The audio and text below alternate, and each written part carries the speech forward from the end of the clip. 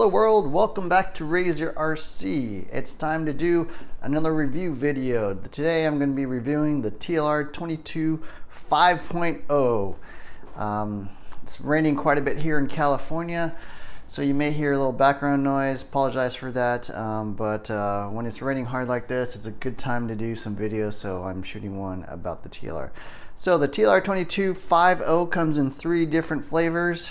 The DC, which is a dirt clay mod vehicle, the SR, which is what I have in front of us, Spec Racer, again for dirt and clay, and then they will be coming out with an AC version sometime in the next month or two. They're still working on that. It's not quite released yet. So my experience with the TLR 22 line, I've owned the 2.0 truck, the 3.0, the 4.0. I've owned the short course truck, the 2.0, and then I also have a 22.4 2.0, which is their 4-wheel drive buggy. This is my very first 2-wheel drive buggy, so I'm quite excited about it. They did make a complete redesign of the kit. Almost everything on this buggy is different from the 4.0, so I figured it was a good time to jump in and try it out. So I was quite excited to pick this up. It got released about a month ago, back in January, and I built it up and have spent the last few weeks driving it. So finally feel like it's time to do the review. So before we begin, I'll show you what's going on with my particular kit.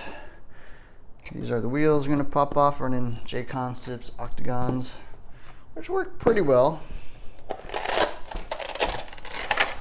Here's the body, and then so on my particular kit, I'm running kind of my standard electronics package, which is a Salvax 1258TG servo, the Hobby Wing, Just Stock XR10 ESC, Sanwa receiver, and then the Reedy 17.5 S Plus motor.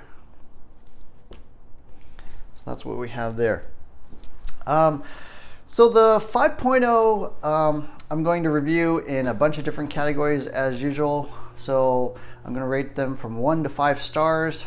5 stars being pretty much top of class, 3 stars meaning average in this category of vehicle, and 1 star being quite poor. So competitors, the 22 5.0 are, of course, the Team Associated B6.1, the Kyosho RB7, the Yokomo YZ2, DTM, I guess 2.0 is the latest one they have. There's other kits out there like the Hot Bodies, probably some other things I'm forgetting right now. But yeah, so this is probably the second most popular kit here in the United States. Team Associated is pretty clearly the #1 best-selling buggy in the US, but TLR is probably second, and then the Japanese and European brands being sort of 3rd or 4th place. Now let's get into it. So the very first thing I want to talk about is the build. So I picked this up, built it. It went together fairly well, as most TLR kits go. They are pretty easy builds overall. The manual was a little bit tricky for the SR build because they have a SR and a DC section, and you kind of have to jump around back and forth between the SR and the DC build for the SR. So not the best organization, but the parts all come pre-cut off for you off of parts trees. They come pre-bagged for you from like A to F. The body is pre-cut, the wings are pre-cut, it comes with wheels, and so very nice build overall. As per typical with TLR, they do use a lot of these stiff as L parts, which are like a high glass content composite plastic, which means they are quite stiff to get screws into. So I definitely recommend using a set of really high quality hex drivers, preferably something like MIP. You will need a 0.05 inch hex driver. You will need 5mm nut drivers. So a couple extra tools you may need to pick up if you're not familiar with TLR kits. Things I didn't like. The ball cups were very difficult to put on, so they went back to these non-drilled ball cups, so they're fully enclosed, but they seem a little tighter than in past kits. They do bind up a little bit more than usual, so I've ran probably about 20-25 packs through this, a few hundred laps, and still a little bit bindy on certain ones of these. Might actually ream them out now that I've had a chance to see how well they would run in. Other things, C pills were a little bit difficult to squeeze in there. The shocks do tend to leak a little bit when you first build them. So TLR X rings are made out of silicone. They tend to be a little, I guess, undersized, and so they're designed to absorb a little bit of silicone oil, swell up a little bit, and then provide a better seal. So you may notice a little bit leaking in the beginning. And then the last thing is the transmission did have a little bit of, it wasn't super smooth or super free. I've got a chance to run, a few dozen packs through this, so now it's actually running and spinning quite well. But upon first build, it did seem a little bit on the drag side. So other than that, I think that was it for the build. Other cool things is they actually comes with a little spare parts hardware bag with extra screws and nuts and stuff like that. That's pretty nice. So overall, I'm going to give the build a 4 out of 5. Above average, not perfect. Few things, with the instructions and the ball cups, I was not super fond of, but overall above average build, and I did think it was pretty good.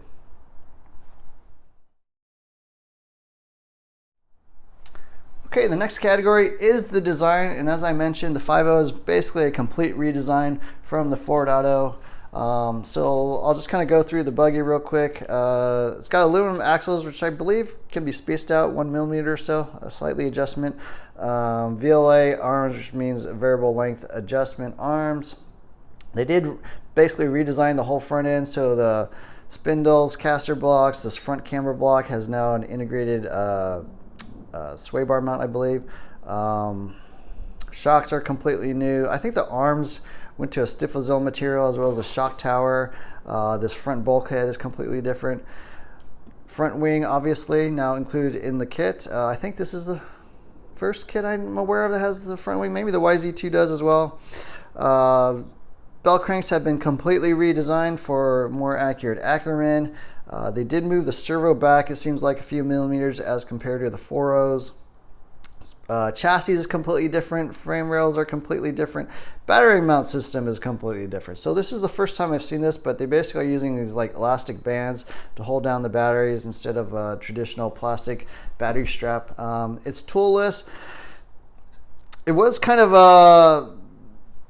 a design feature that gave me pause for concern. I wasn't sure how well these would work out, but I am happy to say actually I do like these bands.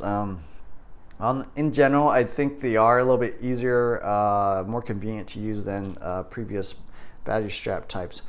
Modified waterfall. I believe the transmission case is pretty much the same. They've got the integrated spur gear cover with new spur gears. So the transmission is completely different. That includes top shaft, slipper, even the diff is modified with different springs and stuff like that. So pretty much the transmission is all new, although I think the case of the transmission is the same. Shocks are all new, as mentioned. They went to 3 millimeter shock shafts instead of 3.5 millimeters, but the entire assembly is completely different, including these locked shock cups, different mounting system for the bottom here. So they use this long, basically set screw and a nut, very convenient. Shock caps have gone to composite from aluminum in the 4.0, so a little bit of a downgrade there.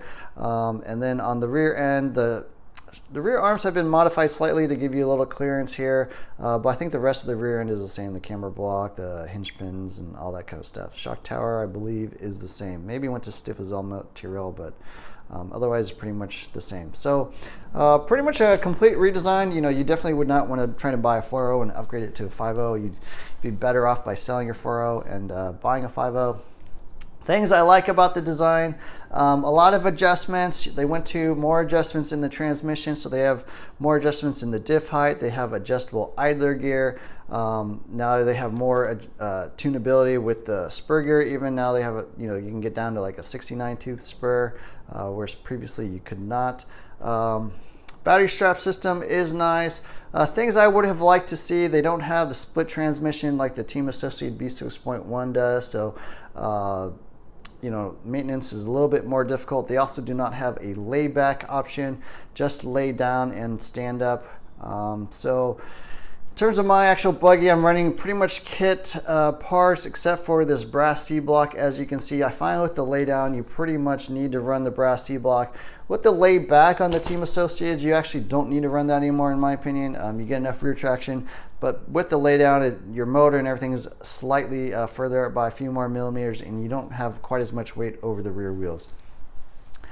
Shocks seem pretty good. I don't like the composite caps. You know, aluminum obviously would have been better. The front end feels pretty good. Downsides to the front end, you now cannot get to this drag link anymore.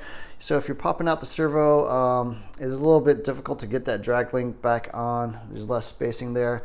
They finally got rid of the non-metric ball stud and drag link, so I'm glad to see that. They have a new servo mounting system, so you can basically mount it in from underneath and remove your servo without having to pull off the entire front end like the old car. Nice integrated fan mount. So overall, I think the design is pretty good.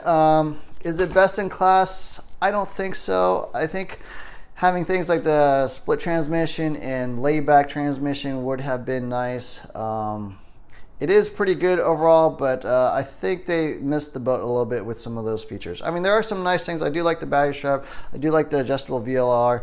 They do have more adjustments in basically front axle height, but they don't have rear axle height adjustments. So that's another thing I would have liked to have seen from TLR. So overall, I'm going to give the design a 4 out of 5 stars. I think it's very good. I don't think it's best in class, but certainly a very competitive design overall.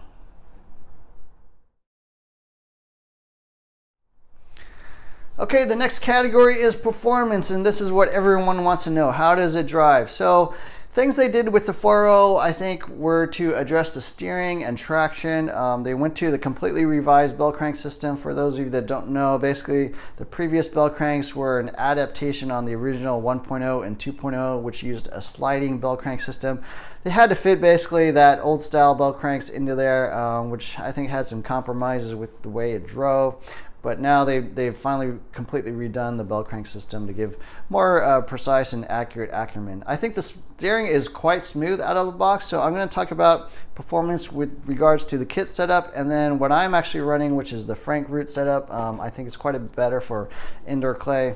Kit setup in general, I think, is a little bit lazy on the steering, a little bit soft, but going to the Frank Root setup, especially moving the battery around, playing with like camber lengths and roll center adjustments and stuff like that made it a ton better. I think the steering's pretty good overall. Very linear, very smooth, pretty easy to drive, doesn't do anything unusual, but could be a little bit soft, especially with the kit setup for some people. I did try different steering arms, so they have a new 4, 5, and 6 positions on the steering arms. I'm running 5. 4 is a little more aggressive, actually too aggressive, I think, for most people. So I think most people are going to stick with 5. So steering is quite smooth. Rear traction is good, but I do feel like you need to run the 22 gram brass C block. Otherwise, you're just not going to get enough weight on the rear wheels. With that, the rear traction is quite good. In terms of jumping and landing, it does seem to nosedive a little more than I'm used to with two-wheel drive buggies. I don't know if it's because of this front wing or what. This is the very first time I'm running a front wing on any buggy, so that may contribute to that. So it does not jump super flat or as neutral as I would expect. Landing wise, they did go to the 5.0 shocks with the 3mm shock shafts and some revisions in the shock assembly itself. Definitely feels a little more fluid. A little more loose, I would say. It doesn't pack up quite as much. The shocks also seem kind of sensitive to shock fluids.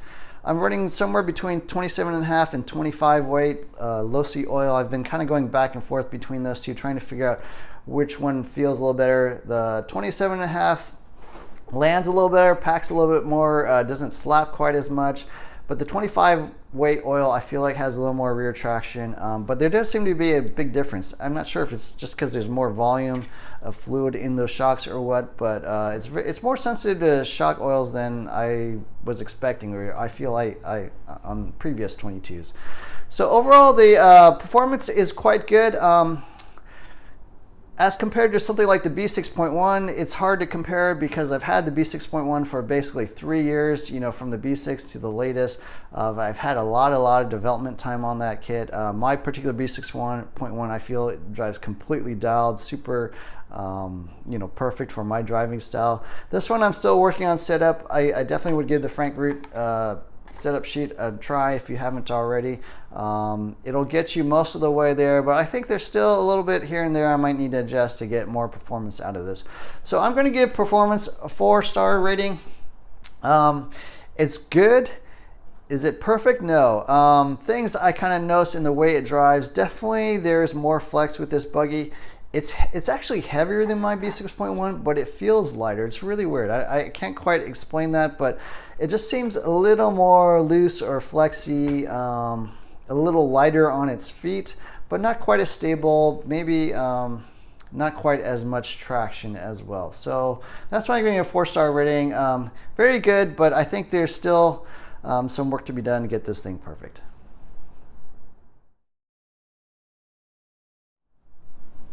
All right, the next category is durability. So how does this thing survive crashes? Well, I can tell you it survives them quite well, because I have crashed this buggy probably in the first few weeks of ownership more than any other car I've ever driven. Partly that is due to the layout of my local track. It's got some very difficult, very big jumps, doubles immediately after 90-degree high-speed turns. So it is a more crash-prone layout, but I have pretty much completely smashed this thing to pieces not literally, but in terms of how much I've been crashing this thing. I mean, I've smashed the front end straight into a pole. I've tried to shear off the wheel here on the right. It does have these plastic inserts for adjustable trail in the hubs, and I was a little bit worried about that, but they've held up beautifully. I did break one in my 22T 3.0, but I have not broken anything in even much worse crashes. I assume that's probably due to less leverage on the arms and probably a lighter weight buggy, but they hold up just fine, I think, in the 5.0 buggy. Lawn darted it, cartwheeled it. I've crashed this many times, but far more than I'd like to admit, and I haven't broken anything. I mean, the buggy seems very durable.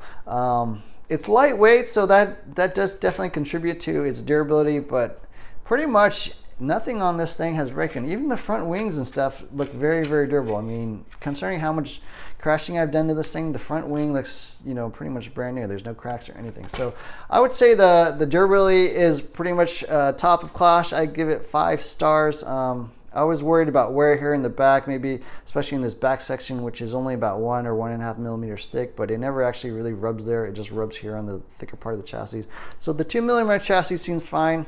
No damage at all, no bends. So yeah, overall, I think the durability is a 5-star rating.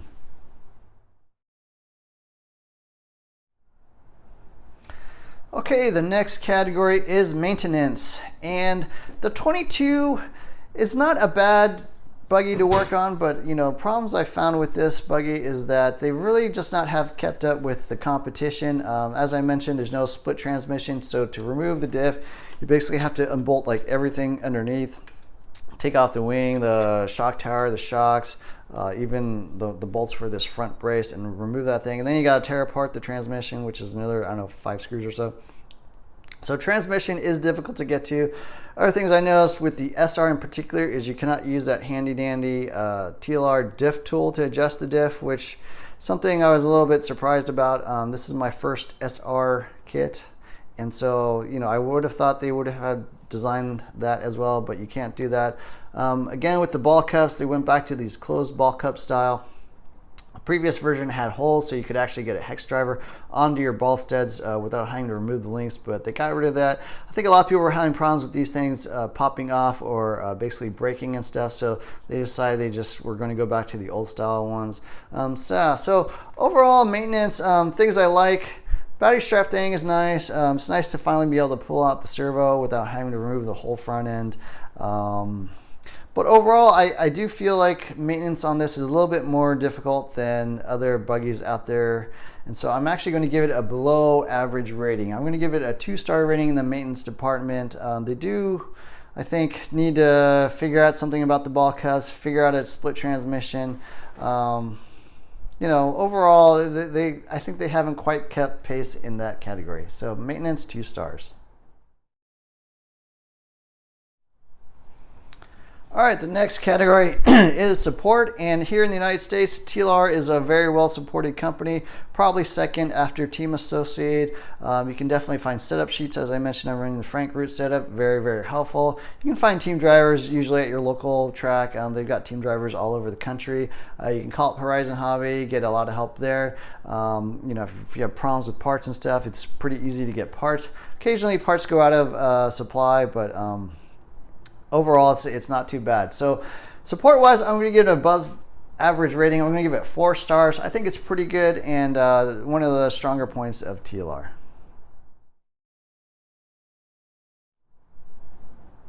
Okay, last category is value, and the TLR 22 5.0 sells for $319 here in the United States.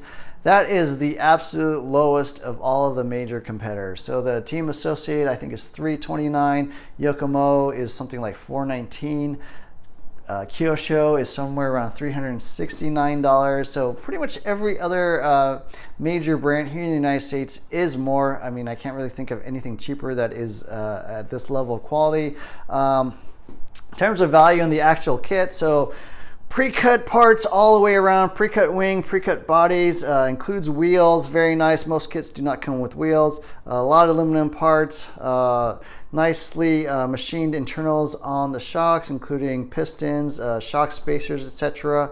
Yeah, aluminum camber blocks, aluminum hinge pin braces. Yeah, very nice overall. Aluminum ball stud washers, these aluminum caps, aluminum hexes, aluminum axles. So overall, very well equipped vehicle. Obviously there's no carbon fiber. It'd be nice if they had carbon fiber shock towers, but they decided to you know, not spend the money on that. It'd be nice if it had aluminum shock caps, but you know, they decided not to spend the money on that. So overall, I'm going to give the value a 5-star rating. The kit's made in Taiwan. It's very high quality, very durable. Plastics are high quality, especially these stiff as all parts have a lot of glass content, very stiff. So overall, I'm going to give the value that's highest rating of 5 stars.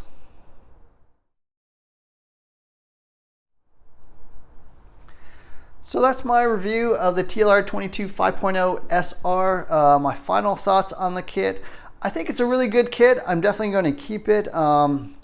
Is it as good as my B6.1? Well, I'm planning to do a comparison video overall. I don't think it's dialed quite as well as my B6.1. Definitely has different driving characteristics. It feels lighter. It feels a little more nimble, whereas the B6.1 is a little more stable. Yeah, overall the turning, the traction, everything's quite good overall, definitely above average. And so I think I still need to hit the lab and do some more testing, tuning, and do more work to get driving a little bit better. I think there's still performance I could eke out of this, but if you're thinking about getting one, if you don't want to buy a Team Associate, I think this is definitely a very good choice. Certainly competitive. I mean, guys on my local track are winning with this buggy, so it certainly is competitive in the right hands. Overall, I'm quite happy overall. So I'm running mine as a 17.5 spec racer. If you want to run 17.5, I think this is definitely one of the more competitive buggies to look at. It's got the composite outdrive, very light diff. It's got the slipper eliminator already in there. And one thing I really like is it actually has the steel axles. Now, obviously some of the other kits out there have aluminum axles, but this adds more durability and less maintenance. So if you want a buggy that you don't have to be changing pucks and changing out drives and stuff like that, definitely this is one of the ones to look at. I've ran pucks on my B6 and it got a little old after a while, so I went back to steel drive shafts on that, and this one has a nice thin drive shaft, so a little bit less weight there. So overall, I think it's a very good kit. I'm quite happy with my purchase. Going to be doing some more testing, tuning, and then I will do a comparison video with the B6.1 and let you know what I think there. So anyways, thanks for watching. Please like, subscribe to my channel, hit the add notifications button, share with your friends, and look for more videos soon.